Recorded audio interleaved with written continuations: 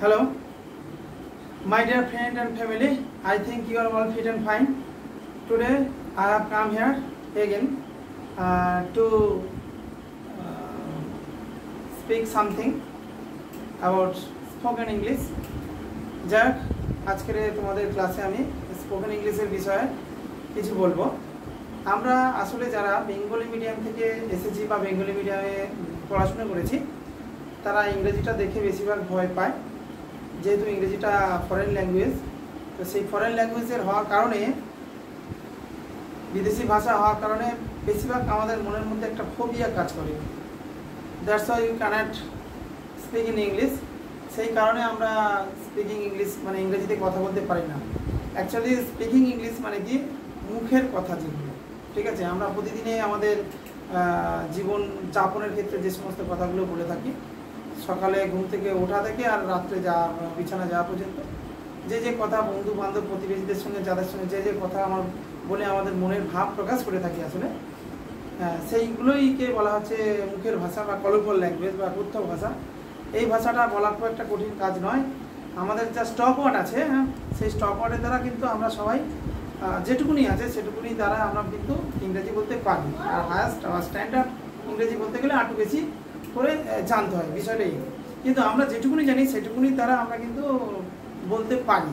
আসলে যে ফর্মুলা মানে প্র্যাকটিস করা দরকার প্রতিদিন রেগুলার জীবনে, সেটা আমরা হয়তো করতে পারি না।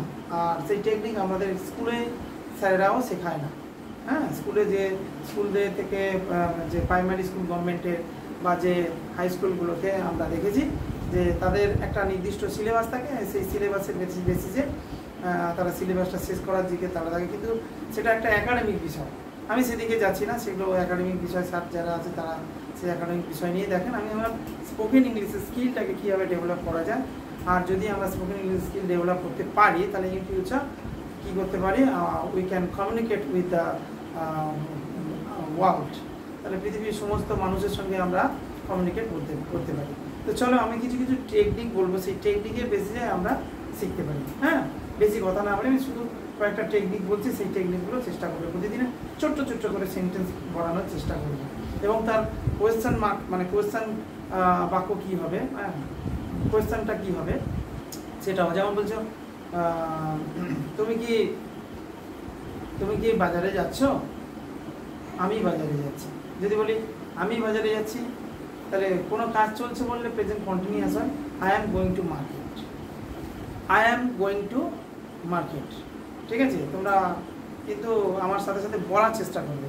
এই যে আমাদের স্পিচ অর্গান আছে না, এই স্পিচ অর্গান কোনগুলো, যে কথা বলি যে বাকযন্ত্র যেগুলো আছে, যেগুলো আমাদের এই জিভ, তারপরে এই যে ঠোঁট, নাক, এই যে এইগুলো মুখবিবর বা গহ্বর, এই যেগুলো দন্ত, এগুলো হচ্ছে আমাদের বাকযন্ত্র। এই বাকযন্ত্রগুলোকে আমাদের ট্রেন করা দরকার আছে। এই বাকযন্ত্রগুলোকে আমরা যদি ট্রেন করাতে পারি, সবসময় যদি বলতে পারি, তাহলে কিন্তু আমরা ইংরেজিতে কথা বলতে পারি। তাহলে কি হলো, I am going to market, are you going to market. সঙ্গে সঙ্গে নেগেটিভ যদি বলি aren't you going to market, মানে আরান্ট, আর এর সঙ্গে এটা কন্ট্রাক্টেড ফর্ম বলা হয়, আর এর সঙ্গে নট যুক্ত করে দিয়ে একসঙ্গে কন্ট্রাক্টেড ফর্ম করলে হয় কি আরান্ট ইউ গোয়িং টু মার্কেট, তুমি কি বাজারে যাচ্ছ না। এরকম প্রতিদিনের যে আমরা জীবনযাপনের ক্ষেত্রে যে ছোট্ট ইংলিশগুলো হয়ে থাকে সেইগুলোই বলবো। যেমন বলতে পারি যে I get up in the morning at 6 AM everyday, অর্থাৎ আমি প্রতিদিন সকাল 6টায় ঘুম থেকে উঠি। Then I make my bed everyday, বলতে পারি তারপরে আমার বিছানাটি আমি প্রতিদিন গুছাই। After that I brush my teeth, আমি আমার and freshen up, wash my face and hands, then I have my breakfast. এরকমভাবে আমরা বলতে পারি। ঠিক আছে, হ্যাভ মানে খাওয়া, হ্যাভ মাই ব্রেকফাস্ট মানে আমি আমার ব্রেকফাস্ট করি। বোঝা গেল? তো এইরকম আমি ছোট্টগুলো কথা বলবো। যেমন তারপরে কী করি, আমি পড়তে বসি, আমি আই বসি, ইংরেজি কি সিট, ফর রিডিং বা টু রিড, দুটোই হবে। টু রিড পড়তে, ইনফিনিটিভ ভার্ব বলা হয়, ভার্বের আগে টু বসি। টু রিড পড়তে, আই সিট, আমি বসি টু রিড, পড়তে। ফর রিডিংও হবে, পড়ার জন্য বসি, ঠিক আছে। তারপরে আমি বললাম, আমি বলতে পারি যে আই টুক মাই শাওয়ার বা আই টেক মাই শাওয়ার, ঠিক আছে, আই টেক শাওয়ার, আমি স্নান করলাম, ঠিক আছে। তারপরে I put on my dress, I put on my dress, আবার বলছি I put on my dress, আমার ড্রেসটি আমি পরে নিই। তারপরে কী করি, তারপরে ধরো আমি খাই, ঠিক আছে, আই হ্যাভ মাই ফুড, আমি আমার খাবারটা খাই, আই হ্যাভ মাই মিল, আমি আমার খাবারটা খাই, and then I go to my school, তারপর আমি আমার স্কুলে যাই।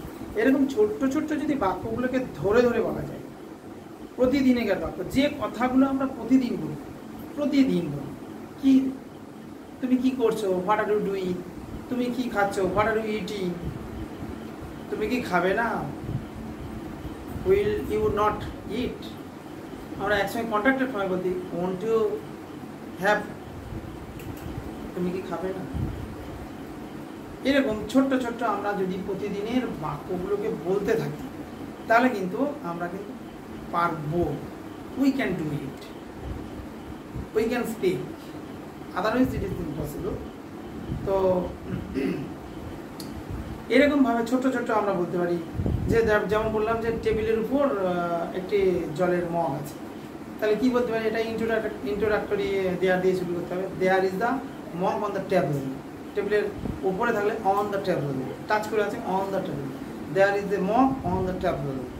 যদি বললাম আমার ধরো মোবাইলটা আলমারির মাথায় আছে বা খাটের উপরে আছে, তাহলে কি আছে, my mobile is on the cot, আমার মোবাইলটি খাটের উপরে আছে, বুঝে গেল।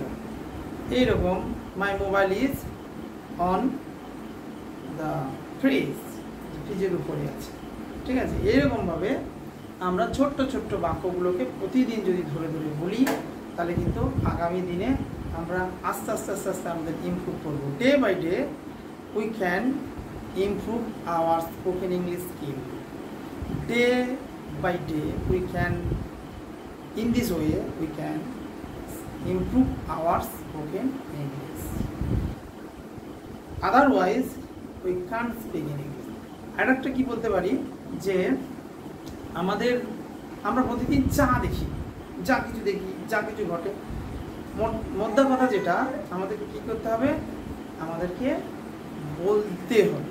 ভুল বলি, একটা বাচ্চা ছেলে যখন ভাষা শেখে, তোমরা লক্ষ্য করবে যে পরিবেশে আমরা থাকি, বাচ্চা ছেলে কীভাবে ভাষা শিখছে, তার সারাউন্ডিং পরিবেশ থেকে সে কিন্তু ভাষাটা শেখে। প্রথমবার সে বলতে পারে না, আদো আদো বলে, একটা দুটো অক্ষর শব্দ বলতে শেখে, তারপরে আস্তে আস্তে আস্তে আস্তে এই ভাষিক পরিবেশ থেকে